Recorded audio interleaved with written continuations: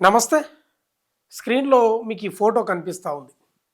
మీరు గుర్తుపట్టే ఉంటారు ఇప్పటికే. కులవర్ధన్ ఆంధ్రప్రదేశ్‌లో సంచలనం రేపింది ఈ కేసు. 7 ఏళ్ల చిన్నారిపై అత్యాచారం చేసి నీళ్లున్న డ్రమ్ములో తలకిందులుగా చేసి ముంచి చంపేసిండు. వీడేవాడు కులవర్ధన్. ఇంటి పక్కనే ఉంటాడు. ఇదంతా మదనపల్లిలో జరిగిన సంఘటన. అయితే వీడు పూర్తి స్థాయిలో తాగుడుకు బానిస అయిపోయాడు. గంజాయి ఇంక మందు లిక్కర్ ఏదైనా కానీ ఇక తాగాలి ఊగాలి ఇంక అంతే. ఇక తల్లి సంపాదన మీదనే ఆధారపడి బతికే వీడు 7 ఏళ్ల చిన్నారిపై అత్యాచారం చేసి అతి దారుణంగా చంపేశాడు. సంచలనంగా మారింది. ధర్నాలు కథలు కార్ఖానాలు వీడిని కొట్టిండ్రు. లాస్ట్కి ఏమైంది వీడి బతకంటే నిజంగా మాట్లాడుకోవాలి ఈ అంశం గురించి. మనం అప్పుడప్పుడు మాట్లాడుతూ ఉంటాం కుక్క సాగు చచ్చిండని. కానీ ఇప్పటి నుంచి కుక్క సాగు అనకూడదేమో మరి. ఎందుకంటే వీని సాగు మీరు చూడండి, వీడియోలు ఉన్నాయి సోషల్ మీడియాలో. అయితే వీడిని పోలీసులు స్టేషన్కి తరలిస్తుంటే రిమాండ్కో లేకపోతే కోర్టులో సబ్మిట్ చేయాలి కదా. అయితే జనాలు కూడా అవకాశం ఇవ్వలేదు. వాడిని చంపాలే, వాడిని అసలు ఇక ఏంటంటే వాడిని నరికేయాలి నడి రోడ్డు మీద అన్నంత స్థాయిలో ఆగ్రహంగా ఉన్నారు. ఎవరైనా ఉంటారు కదండి. 7 ఏళ్ల చిన్నారి పాప, ఏమీ తెలియదు, పసిపాప అఘాయిత్యం చేసి దారుణంగా హత్య చేస్తే ఆగ్రహ జ్వాలలు వెల్లువెత్తినాయి మదనపల్లిలో. అసలు మామూలు జనాలు కాదు, పోలీసులు కూడా చేతులు ఎత్తేసిన పరిస్థితి. అయితే ఎస్పీ కూడా ప్రెస్ మీట్ పెట్టి చెప్పిండు, మేము పోలీస్ స్టేషన్కి తరలిస్తుంటే జనాలు అడ్డుపడతారు కదా పోలీసు వాహనానికి కూడా. ఆ జనాన్ని కంట్రోల్ చేయడానికే పోలీసులు అంతా దిగితే వీడు ఒక్కడే జీప్లో ఉన్నాడు, తప్పించుకొని పోయి చెరువులో దుంకిండు అనేది పోలీస్ అంటే ఎస్పీ అధికారికంగా చెప్తున్నాడు. కానీ వాస్తవం అయితే అదేం కాదు. అధికారికంగా మేమే చంపినామని చెప్పకపోవచ్చు ప్రభుత్వం లేకపోతే పోలీసులు, కానీ జరిగింది మాత్రం ఏంది 100% ప్రభుత్వమే చేసింది, చంపేసింది వాడిని. మరి తప్ప అంటే తప్పేం కాదు, కరెక్టే, అంతే కదా. చిన్నారి ప్రాణానికి అత్యాచారం చేసి చంపిన దానికి ఏంది న్యాయం అంటే వీడు కూడా చావాలి. అదే అంటున్నా. రోడ్డు మీద మనం పోతుంటాం, బండ్ల మీదనో మనం మామూలుగా పోతుంటాం, ఏదో ఒక కుక్కను ఢీ కొడుతుంది, ఏదో బండి ఏదో వాహనం ఢీ కొట్టే కుక్క మీద పడి దాన్ని ఎవడు పట్టించుకోడు, ఆ కుక్కను ఎవడు పట్టించుకోడు. ఇంకా మిగతా వాహనాలు తొక్కించుకుంటూ పోవడమో లేకపోతే కొంత మానవత్వం ఉన్నాడు రోడ్డు నుంచి కొంచెం రోడ్డు పక్కకు తీసేయడమో చేస్తారు తప్ప పెద్దగా ఏం చేయరు. సేమ్ కులవర్ధన్ గాంధీ కూడా గట్లే అయింది. వీటి చెరువులో దూకి చచ్చిపోయినాక అయితే ఇక్కడ ఒక విషయం చెప్పాలి మనం. 2018 నుంచి దాచేపల్లి సంఘటన నుంచి అంటే ఆడవాళ్ళపై ఆడబిడ్డలపై చిన్నారులపై అత్యాచారాలు జరిగితే క్షమిస్తలేడు చంద్రబాబు నాయుడు. ఏమొస్తుంది వార్త అంటే మలత రోజు లేకపోతే మరుసటి రోజు చెరువులో దూకి ఆత్మహత్య. అంటే పోలీసుల నుంచి తప్పించుకొని చెరువులో దూకి ఆత్మహత్య చేసుకుంటున్నారంట. మరి తెలంగాణలో కూడా చాలామంది అత్యాచారం చేసిండ్రు. రేవంత్ రెడ్డి వచ్చినాక చేసిండ్రు, గతంలో కేసీఆర్ ఉన్నప్పుడు కూడా చేసిండ్రు. ఇక రేవంత్ రెడ్డి హయాంలో అయితే అత్యాచారాలు జరిగినాయి చిన్నపిల్లలపై పెద్దోళ్ళపై. నడి రోడ్డుపై కత్తులు తీసుకొని పొడుచుకున్నారు. పోలీసులు తరలిస్తుంటే మరి వాళ్ళు ఎందుకు తప్పించుకుంటలేరో అర్థమైతలేదు. అంటే తెలంగాణ పోలీసులు అంత కట్టుదిట్టంగా భద్రతతోటి తీసుకుపోతున్నారా? ఆంధ్రప్రదేశ్ పోలీసులు తీసుకుపోతలేరా? మరి వాళ్ళ నుంచి ఎట్లా తప్పించుకుంటున్నారు? ఆంధ్రప్రదేశ్ పోలీసుల నుంచి తెలంగాణ పోలీసుల నుంచి ఎట్లా తప్పించుకుంటలేరు అనేది క్వశ్చన్ మార్క్. మీకు అర్థమైంటుంది నేను చెప్పిన ఎటకారమైన భాష ఇప్పుడు నేను చెప్పింది. అంటే 100% పోలీసుల నుంచి తప్పించుకోవడం కాదు, పోలీసులే తప్పించి పోలీసులే చేస్తున్న పని. ఎస్, ఆ మధ్యలో ముసలైన 9వ తరగతి ఆ అమ్మాయిని తీసుకుపోయి చెరుకు తోటన అది కొబ్బరి తోటలు తీసుకుపోయి, అది కూడా మీకు గుర్తుంది. ఆ ముసలోడు కూడా వాడు కూడా చెరువులో దూకి చనిపోయింది అనేది మరుసటి రోజు వార్త. ఇవన్నీ చూస్తుంటే ఏమవుతుందంటే ప్రజలు కూడా తక్షణమే వాని కూడా శిక్ష పడాలంటే వాడు చావాలనేది 100% పడాలి. అభం శుభం తెలియని చిన్నారులపై అత్యాచారం చేసి ఏం తెలుసండి వాళ్ళకి, నాకు అర్థం కాదు. పెద్దవాళ్ళపై అత్యాచారాలు చేస్తేనే బాధపడతాం మనం. చిన్నారిపై ఇలాంటి చెత్తనా కొడుకులు, ఈ భాష వాడకూడదు, సారీ క్షమించాలి మీరు కూడా.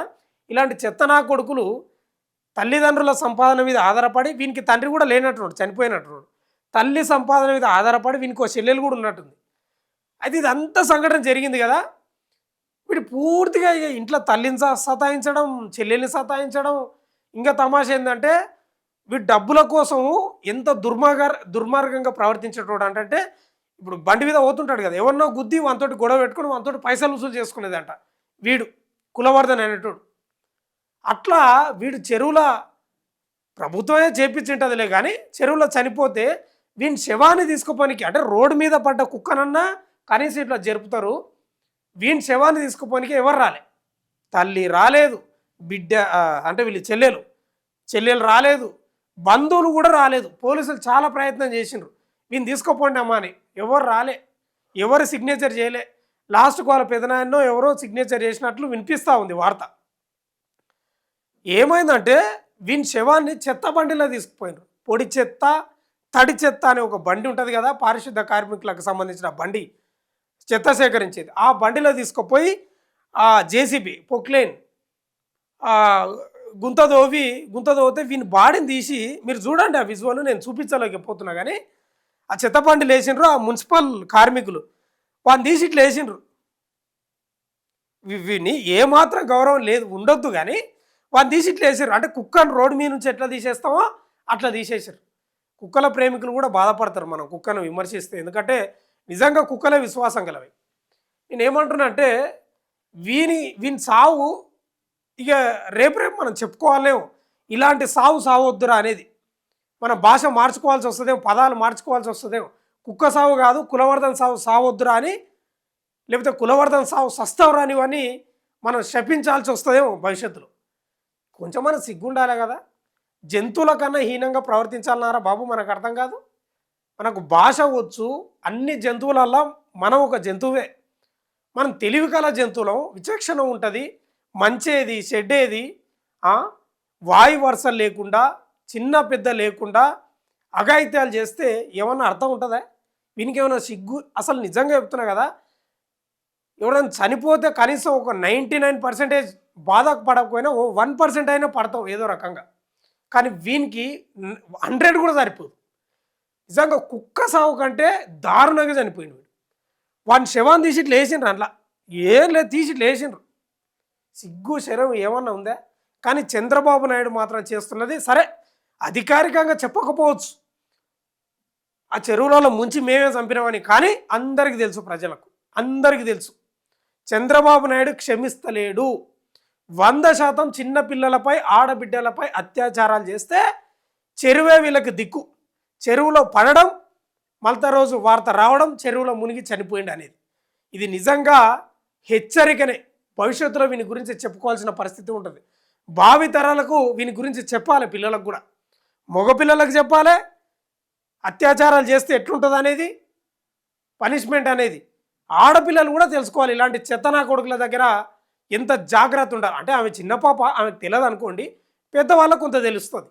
మరి ఇక్కడ రేవంత్ రెడ్డి సర్కార్ ఏం చేస్తుందో అర్థమవుతలేదు. ఈ మాట నేను చెప్తున్నా, అక్కడ ఆంధ్రప్రదేశ్ పోలీసుల నుంచి తప్పించుకొని పోయి అవమానంతోటో లేకపోతే ఇంకా నన్ను బతకనియరో, నేను బతికి వేస్ట్ అనుకున్న ఈ వెధవలు చెరువులో దూకి చనిపోతున్నారు కదా, వాళ్ళ నుంచి తప్పించుకొని మరి ఎందుకు తెలంగాణ పోలీసుల నుంచి తప్పించుకుంటలేరు అనేది పెద్ద ప్రశ్న.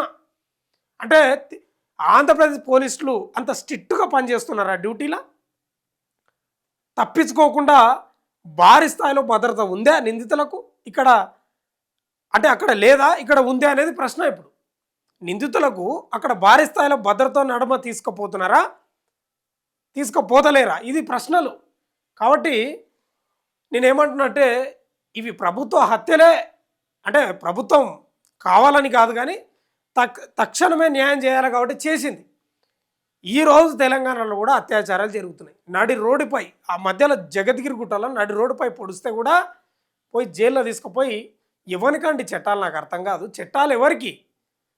అటు సైడు ఇటు సైడు వాదన కరెక్ట్ ఉంటేనే చట్టాలు పనికి వస్తాయి. ఇలాంటి విధవులకి ఎందుకండి చట్టాలు నాకు అర్థం కాదు. కాబట్టి ఈ విషయంలో ఆడబిడ్డలపై అత్యాచారాలు చేస్తున్న క్రమంలో ఆంధ్రప్రదేశ్లో ఈ స్థాయిలో వార్తలు ఉన్నాయి, చెరువులో మునిగి చంపడం. కానీ తెలంగాణలో మాత్రం ల్యాండ్ ఆర్డర్ మొత్తం ఏం లేదు. తెలంగాణలో పెద్దగా నువ్వు నడి రోడ్డుపై పొడుచుకుంటున్నారో అత్యాచారాలు నడుస్తున్నాయి. ఏదేమైనా ఈయన విధవకు సరైన శిక్ష పడ్డదని ప్రజలు నిజంగా సంబరాలు చేసుకున్నారు. క్రాకర్స్ కాల్చుకొని సంబరాలు చేసుకున్నారు. ఎంత నిజంగా ఎంత దారుణం అంటే అమ్మాయిని, చిన్న అమ్మాయిని చంపి అత్యాచారం చేసి మళ్ళీ చంపిండంటే నిజంగా చెప్తున్నా కదా, మనం మార్చుకోవాల్సి వస్తుంది. శపించాలంటే ఇక ముందు కులవర్ధన సాగు సస్తవురా అని శపించాల్సి వస్తుంది మనం. దీనికి సంబంధించిన వార్త మనం చూస్తే చంద్రబాబు నాయుడు ఓ రకంగా అక్కడ ఉత్తరప్రదేశ్లో యోగి ఆదిత్యనాథ్ ఏ రకంగా ఉన్నాడో చంద్రబాబు నాయుడు కూడా నిందితుల పక్షాన సింహ స్వప్నంలాగా మారిండి అనడంలో సందేహం లేదు. మరి రేవంత్ రెడ్డి ఎప్పుడు మారుతాడో తెలియదు ఆయనకు. ఆయన ఢిల్లీకి రాష్ట్రానికి తిరుగుడే సరిపోయింది. ఇట్లాంటి విధవలపై మరి ఆయన ఎప్పుడు చర్యలు తీసుకుంటాడో, ఎప్పుడు ఇట్లాంటి చెరువులలో దూకి ఆత్మహత్యలు చేసుకుంటాడో ఆ వార్తలు ఎప్పుడు వస్తుందో తెలియదు. తెలంగాణలో రేవంత్ రెడ్డికి ఆడికిడికి తిరగడమే సరిపోయింది. చూస్తూనే ఉండండి మన తొలి వెలుగు.